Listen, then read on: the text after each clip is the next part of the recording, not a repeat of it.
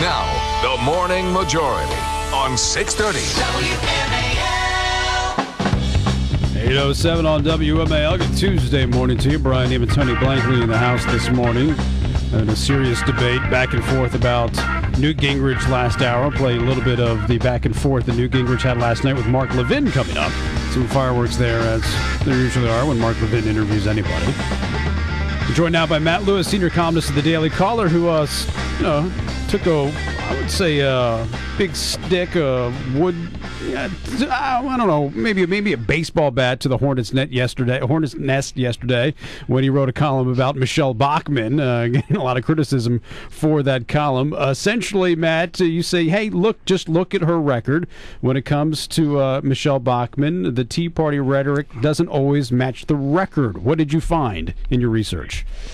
Well, that's true. I mean, look, and I think that Michele Bachmann is definitely a conservative and a lot of great things that she's done, but one of the things that we do here at the Daily Caller is actually, look at people's records and examine them. I think it's appropriate to do. And when you look at Michele Bachmann's, she, as a state senator, was part of millions and millions of dollars of earmarks in the U.S. Congress, $3.7 million in earmarks.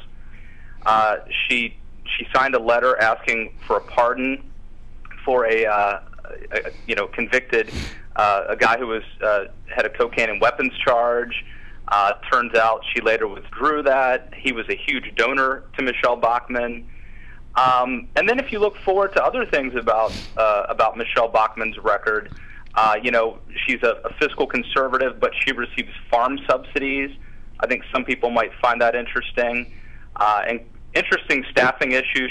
She's been there just a little bit over 4 years in Congress, and she's had 5 chiefs of staff.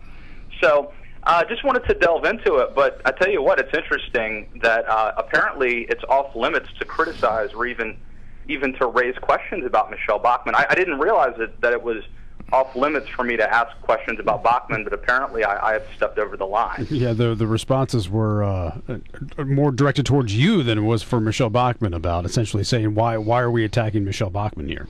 Well, Matt, I think there's a tendency for Republicans, as soon as they pop their head up as candidates or possible candidates, and I understand, they get scrutinized, but we on our side of the aisle do a pretty good job on ourselves, and sort of as opposed to waiting for the lefties to do it to us. And I mean, I was the receiving end of that with Newt for many years, of course, and I think it's always worth reporting facts and letting us know what she stands for. But I don't think it's your reporting so much as the Republicans are sort of worried that every time one of our people comes forward, whether it's Trump or Newt or Bachmann or whoever else, Romney, that they sort of get damaged before they even get launched. Is it sort of like?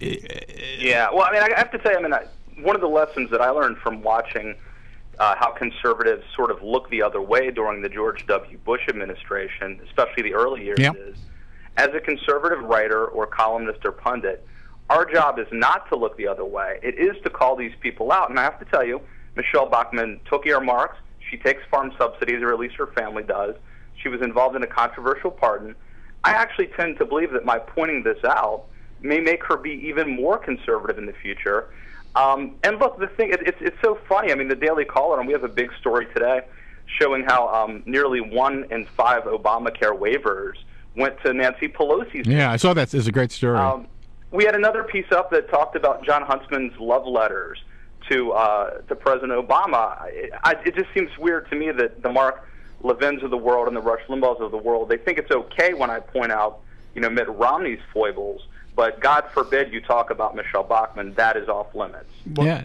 It's a good point, and good for you to write it. I do have this question, though, is how big of a deal is this to conservatives or the Tea Party candidates that, that she has 5 chiefs of staff, that she does take farm subsidies of things of the name? I mean, earmarks. I mean, how big of a deal would this be to Tea Party type voters?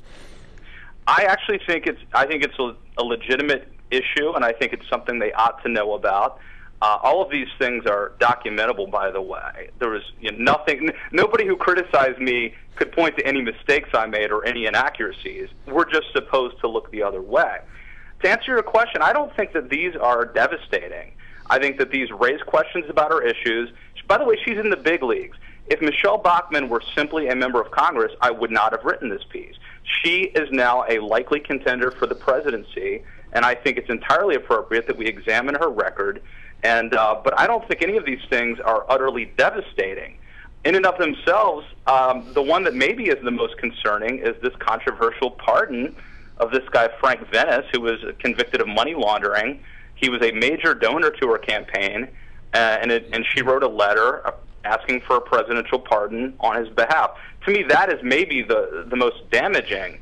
But look, her family takes farm subsidies. There's no evidence that she actually personally benefits from that. The fact that she supported earmarks, I frankly think earmarks are a bad thing, but you can make an argument that, hey, bridges have to be built somehow. So I don't think this is utterly devastating. It's been surprising to me the amount of pushback. You know, it's interesting because as a person who applies the same trade as you, though we are sort of viewed, I think, by our readers or listeners or viewers almost like politicians and are treated, equally like to accuse us of this or that because of what we write or comment on.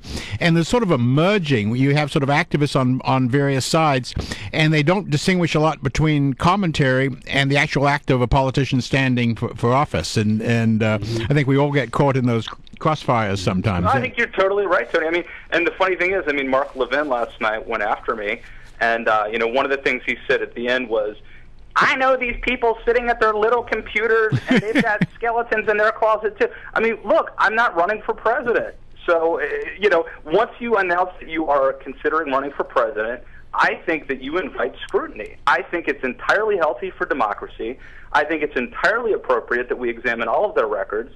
I think it's interesting that there is some sort of a sense that you can't pick on the girl, that you can't. And by the way, I have a book coming out that I'm editing called The Quotable Rogue, The Ideals of Sarah Palin in Her Own Words. I mean, so it's not like I'm out to get Michele Bachmann. It would actually be sexist for me not to examine her record, not to take her seriously, because we're doing that to Newt Gingrich, we're doing that to John Huntsman, we're doing that to Mitt Romney. I've been very critical of Romney care, but yet Michele Bachmann is somehow off the limits. It's bizarre. All right, having written this piece, did you get the sense that Michele Bachmann is going to run, and the fact that Mike Huckabee is not in the race, does that mean that there's more of a chance she is going to get in the race? Well, the latest news is that from what we're hearing from her advisors is that she's very likely to run now. This is actually just stuff that was breaking last night. And by the way, I do think she benefits from Huckabee being out. I also think Sarah Palin could benefit, and Herman Cain, whom as you know, I've been sort of touting as someone who's really going to make a splash. I think Herman Cain benefits from Mike Huckabee deciding to sit it out as well. All right, Matt. Good to talk to you, and congratulations on the piece and all the fanfare. Created a stir. What more could you ask for? Right? Thank you. All right, Matt Lewis, senior columnist of the Daily Caller here on WMAL.